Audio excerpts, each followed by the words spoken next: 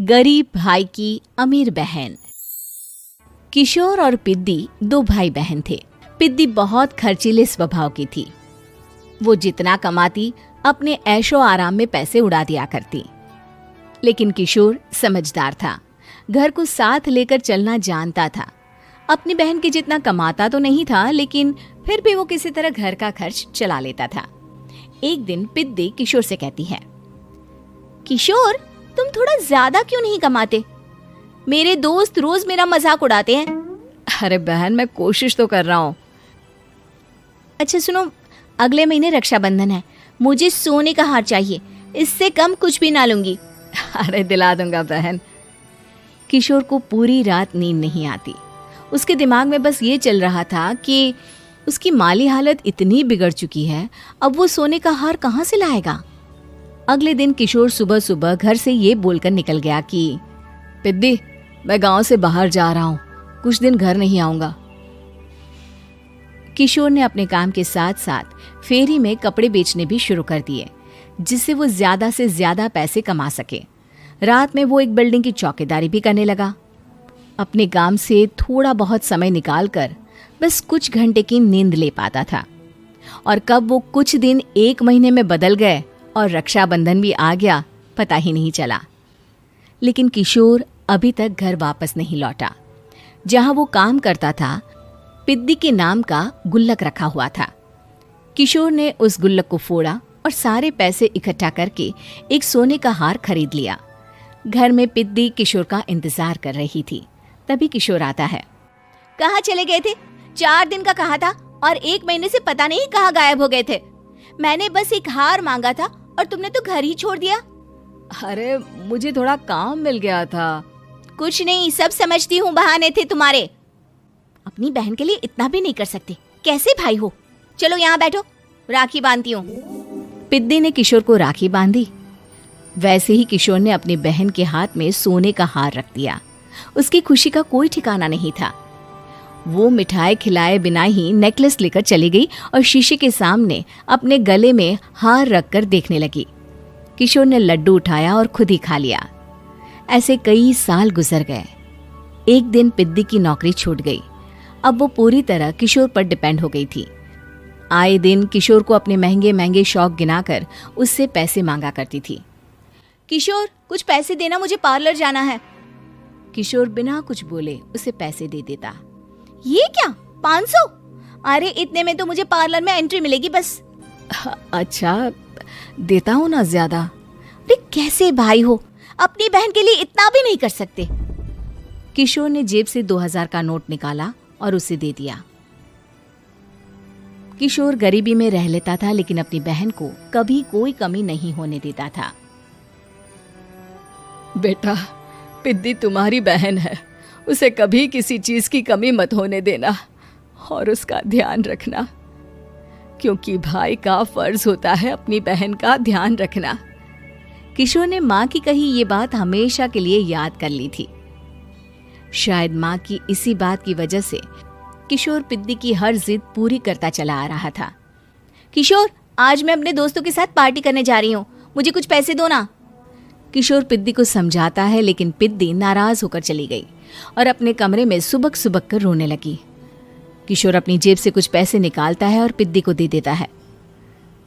किशोर खुद कभी अच्छे कपड़े नहीं पहनता, लेकिन पिद्दी को राजकुमारी की तरह रखता। पिद्दी के जाने के बाद किशोर अपने काम पर निकल गया। एक तरफ पिद्दी अपने दोस्तों के साथ मस्ती कर रही थी, तो वहीं दूसरी तरफ किशोर पैसे कमाने के लिए कड़ी मेहनत कर रहा था। कुछ और दिन ऐसे ही बीत गए।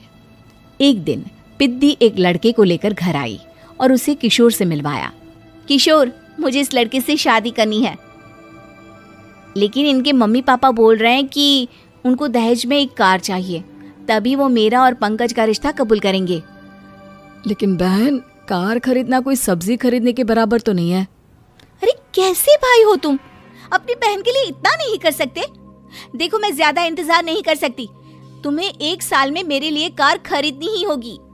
अच्छा पंकज, एक काम करो, कल तुम अपने माता पिता को घर बुला लो, मैं उनसे तुम्हारे और पिद्दी के रिश्ते की बात कर लेता हूँ। अगले दिन किशोर के छोटे से घर में पंकज और उसके माता पिता आते हैं। बेटा, तुम्हारी बहन ने हमारी शर्त तो बता ही दी होगी। जी बेटा, तुम तो इतने छोटे घर में रहते हो, दहेज कहाँ से लाओगे? मैं अपनी बहन की खुशी के लिए सब कुछ कर सकता हूँ। पंकज और पिद्दी का रिश्ता तय हो जाता है। किशोर अब अपनी क्षमता से 4 गुना ज्यादा काम करने लगता है। सुबह सबके घरों में न्यूज़पेपर फेंकता, दिन में मजदूरी करता और रात में चौकीदारी करता। खूब मेहनत करके किशोर ने अपनी बहन की शादी के लिए पैसे जुटा लिए। उसने अपनी बहन के लिए कार खरीद ली। जब वो पिद्दी के ससुराल वालों से मिलने गया तो उन्होंने किशोर से और पैसों की मांग की। इस बार किशोर हार चुका था। पिद्दी माफ करना, मैं तुम्हारी शादी उस लड़के से नहीं कर सकता। वो लालची लोग हैं, उन्हें सिर्फ पैसों से मतलब है। देखो किशोर, मैं पंकज से ही शादी करूंगी। क्योंकि पिद्दी ने तो किशोर की बात न मानने की जैसे कसम खा रखी थी। किशोर ने पंकज को घर बुलाया। पंकज, तुम अपने माता पिता को समझाते क्यों नहीं हो? भैया, वो हमारी शादी के लिए मान गए, मेरे लिए तो यही बहुत बड़ी बात है। हम एक काम कर सकते हैं, दहेज की रकम में से कुछ पैसे मैं आपको दे देता हूँ। अरे लेकिन समाज वाले क्या कहेंगे? अरे जब दुनिया को पता चलेगा तब ना। अच्छा, कुछ पैसे मैं अपने मालिक से कर्ज में ले लेता हूँ। कुछ पैसे पंकज देता है, कुछ वो कर्जा लेता है और अपनी उम्र भर की कमाई वो अपनी बहन की शादी में लगा देता है। आखिर में पंकज और पिद्दी की शादी हो जाती है। पिद्दी की विदाई के बाद किशोर बिल्कुल अकेला पड़ जाता है। अब उसका कमाने में भी मन नहीं लगता। उधारी वाले रोज घर में आकर बैठ जाते हैं। अरे किशोर, अब तो पिद्दी की शादी को 5 साल हो गए, अब तो हमारा पैसा लौटा दो। चाचा, पिद्दी के जाने के बाद किसी भी काम में मन नहीं लगता। अरे तो हमारा पैसा कैसे वापस मिलेगा? जी, कुछ करता हूँ मैं। किशोर के ऊपर बहुत सा कर्जा चढ़ गया था, इसलिए उसने तय किया कि वो ये घर बेचकर सबके पैसे लौटा देगा। अगली सुबह शहर के किसी साहूकार को उसने अपना घर बेच दिया और सबके पैसे लौटा के वो गांव छोड़कर चला गया। पिद्दी ने शादी के बाद कभी अपने भाई का हाल तक नहीं पूछा। किशोर को फर्क नहीं पड़ता था, बस ससुराल में उसकी बहन खुश है ये जानकर उसे खुद की खुशी मिलती थी और ये सोचकर कि उसने माँ से किया हुआ वादा पूरा कर दिया। खूनी कुआं। सीमा गर्मियों की छुट्टियों में अपनी नानी के गांव आई थी। सीमा नानी के घर पहुंचने के बाद अपनी नानी के पैर छूती है और उनसे आशीर्वाद लेती है। तभी उसकी नानी उससे कहती है, इतनी बड़ी हो गई मेरी सीमा, चल जल्दी से हाथ मुंह धो ले, मैं तेरे लिए खाना लगा देती हूँ। भूख लगी होगी ना? हाँ नानी, भूख तो लग रही है मुझे, आपके हाथ के बने हुए पीले दाल और चावल खाने की। कितना टाइम हो गया है मुझे आपके हाथ का बना हुआ दाल चावल खाए हुए। तू तो नौकरी में व्यस्त थी, तो तुझे कहाँ से टाइम मिलेगा अपनी नानी के लिए? और जब इतने टाइम बाद आई है तो ज्यादा टाइम के लिए रुक कर जाएगी तू। हाँ हाँ नानी, इस बार पूरे 2 महीने के लिए आई हूँ। सीमा की नानी अंदर जाकर उसके लिए खाना बनाने लगती है। सीमा कमरे में अकेली होती है, तभी उसे किसी औरत के रोने की आवाज सुनाई देती है। वो कभी खिड़की से बाहर झांकती है तो कभी दरवाजे से बाहर झांकती है। उसे समझ में नहीं आ रहा होता है कि आखिर रो कौन रहा है। तभी नानी खाना लेकर आ जाती है। वो अपनी नानी से कहती है, नानी, कोई औरत रो रही है क्या? मैं जब से यहाँ आई हूँ तब से मुझे यहाँ किसी औरत की रोने की आवाज आ रही है। हे भगवान, कहीं ये वही तो नहीं? बोलो ना नानी। अरे कोई नहीं रो रहा, ये तेरे मन का वहम है। और तू ना अब खाना खा ले, ज्यादा यहाँ वहाँ की बातों में ध्यान मत दिया कर। जल्दी से खाना खा और फिर मेरे साथ आ जा मेरे कमरे में, दोनों बैठकर खूब सारी बातें करेंगे। ऐसे ही अगले दिन सीमा अपनी नानी के साथ गांव के बाजार जा रही होती है। उसी रास्ते में फिर से किसी औरत के रोने की आवाज आती है। वो अपनी नानी से कहती है, अरे नानी, क्या सच में तुम्हें अभी भी किसी औरत की रोने की आवाज नहीं सुनाई दे रही? मुझे किसी औरत की बहुत बुरी तरीके से रोने और चीखने की आवाजें आ रही हैं। मैं बहुत परेशान हूँ नानी, आखिर ये कौन है? मुझे लगता है कि सीमा को शहर भेज देना चाहिए। यहाँ रहना उसके लिए ठीक नहीं। नानी बोलो ना, आप चुप क्यों हो जाते हो? सीमा, तू घर चल, मुझे तुझसे बहुत जरूरी बात करनी है। नानी सीमा को घर ले आती है और सीमा से कहती है, सीमा, कल सुबह तू शहर वापस चली जाएगी। अरे अचानक? आखिर क्या बात है नानी? आप मुझे ऐसे जाने को क्यों कह रही हो? मैं बस जो कह रही हूँ उस पर ध्यान दे। तू कल सुबह यहाँ से चली जाएगी, और ये बात मैं कोई मजाक में नहीं बोल रही। तू कल जाएगी तो मतलब जाएगी। अरे नानी, चली जाऊंगी मैं, ठीक है, पर आखिर बात क्या है ये तो बता दो। मम्मी से कोई बात हुई है या फिर मुझसे कोई गलती हुई है जो तुम मुझे अचानक से जाने के लिए बोल रही हो? देख सीमा, रात बहुत हो चुकी है और मुझे इस बारे में कोई बात नहीं करनी। चल, अब चल के मेरे साथ सो जा। सुबह की बस पकड़कर तुझे शहर भी तो जाना है। सीमा को अपनी नानी का ऐसा व्यवहार देखकर बहुत ही अजीब लगता है। उसे कुछ समझ में नहीं आ रहा होता है कि आखिर उसकी नानी उसे अचानक से गांव छोड़कर जाने के लिए क्यों कह रही है। ये सारी बातें सोचते सोचते सीमा की आंख लग जाती है और वो अपनी नानी के साथ सो जाती है। ऐसी ही आधी रात को सीमा को फिर से किसी औरत की रोने की आवाज सुनाई देती है। वो उस औरत की आवाज सुनकर बार बार करवटें बदल रही होती है और तभी उसे सपने में भी एक अजीब सी औरत की परछाई दिखाई देती है, जो इतना चीख चीख कर रो रही होती है कि सीमा डरकर उठ जाती है। वो पूरे पसीने पसीने हो रही होती है। वो अपने आसपास देखती है तो घर में बिल्कुल शांति का माहौल होता है। सीमा घबरा जाती है। वो अपनी नानी को जगाने की कोशिश करती है मगर उसकी नानी नहीं जगती। सीमा को फिर से उस औरत की रोने की आवाज सुनाई देती है। आखिरकार सीमा अपने आप को रोक नहीं पाती और वो घर का दरवाजा खोलकर बाहर निकलती है।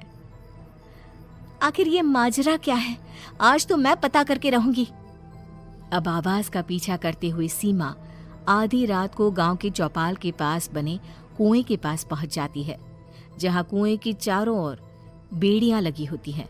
उन बेड़ियों में लगे हुए ताले के साथ एक लाल रंग का कपड़ा और माता रानी का कलावा बंधा होता है। उस कुएं में से सीमा को किसी के रोने की आवाज आती है। सीमा परेशान हो जाती है। इस कुएं में कौन है? कौन है यहाँ?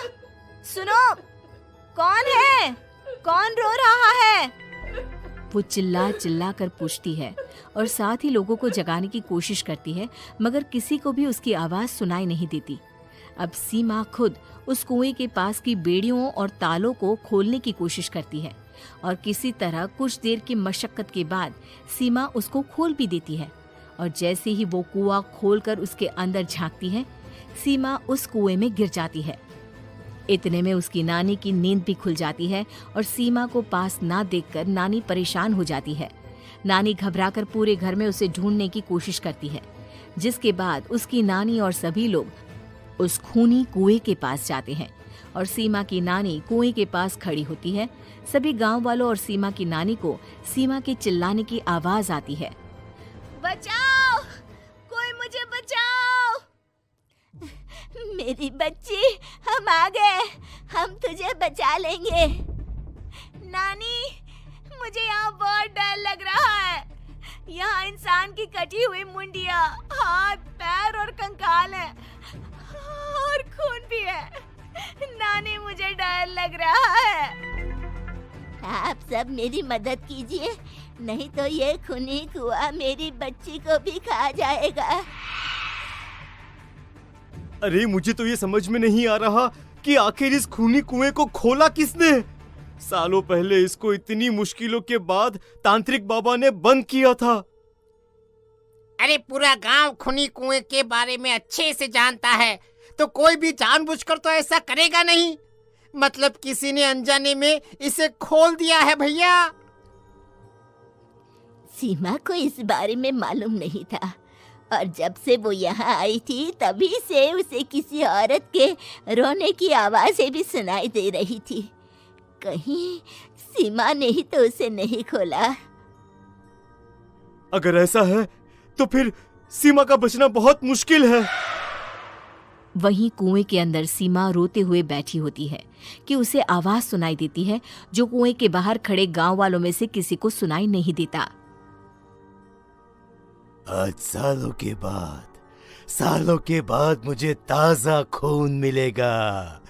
तेरा खून पीकर आज मैं अपनी प्यास बुझाऊंगा।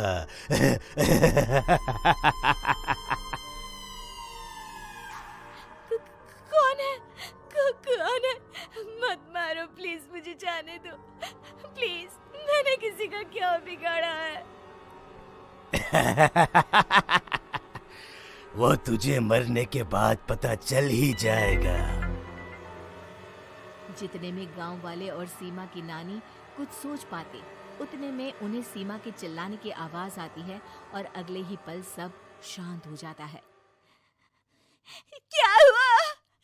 सीमा, मेरी बेटी। माफ करना बहन, लेकिन अब सीमा वापस नहीं आएगी। हमें एक बार फिर से कुएं को बंद करना होगा। गांव वाले तभी तांत्रिक को बुलाकर लाते हैं। एक बार फिर अपनी शक्ति से तांत्रिक बाबा उस कुएं को हमेशा हमेशा के लिए बंद कर देते हैं और वहां एक बोर्ड लगा दिया जाता है कि यहाँ आना मना है।